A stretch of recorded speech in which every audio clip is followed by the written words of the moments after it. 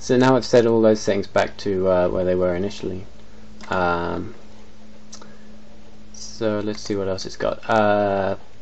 In the audio, it's got a feature for cancelling echo and suppressing background noise. The background noise, now I've switched it on, now it's off again. I couldn't tell much difference when I was testing it earlier. And it has echo cancellation, which I tested this out with I tested it out as a, using it as a webcam, what do you call it, video conferencing, with my dad using Skype, and he couldn't. I had it switched off, and he couldn't hear any echo of his voice. So it didn't seem to be necessary for me. But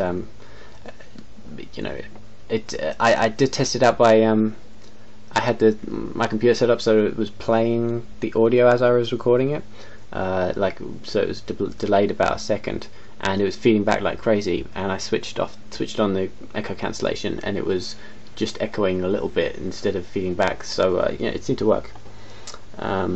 This I'm sitting, I don't know, a foot and a half away from the camera, and it seems to be picking up my voice pretty well. I've got the volume turned up full.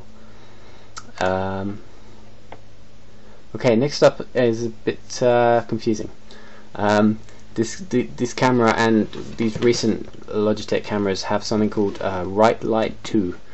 This is a feature that adjusts things like the exposure and just uses software to boost the levels of light to try and make it look good even in low light situations.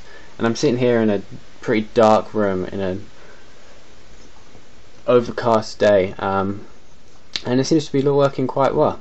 I've got one regular ceiling light and a and another sort of light in the corner, and it seems to work. Now I'm a bit confused about it because you don't seem to be able to switch it on independently. It comes up and it says, "We've detected you need right light. Would you like to turn it on?" And you say, "Yeah, okay."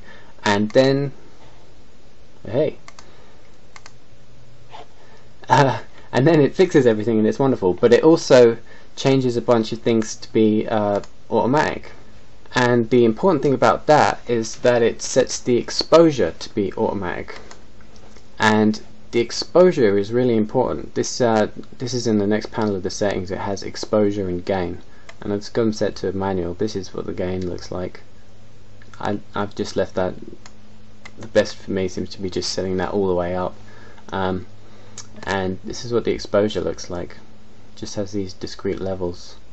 Now the important thing, the exposure is the most important setting there is, and the reason this is important, and they don't seem to explain this anywhere in the documentation or in the software, is that the exposure setting affects the maximum frame rate. So when it's set up really high like this, you can see that the frame rate is really crappy. It's like 10 frames a second, or I don't know.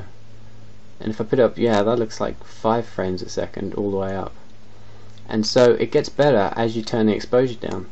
And that makes sense because when the exposure's up high, it needs longer time to collect all the light, and if it's collecting light for longer than a 30th of a second, then it can't do 30 frames a second. And it took me a while to figure this out, and I'm not very good at telling when I've got it set to 30 frames a second. Bear with me while I check. And here's another problem, is that in this QuickCam control panel I'm talking about, it doesn't tell you what exposure. It's just a slider with just from low to high, and it doesn't tell you what each setting corresponds to. But if you look at the control, the video control thing that you can get to come up in certain applications that capture video, if you use that, then it actually tells you what the settings correspond to. So what I'm going to do is I'm going to stop this, go into that, and set it back to 30, so I know I've got it right, because I can't really tell using the camera thing whether it's set to the right setting using the QuickCam.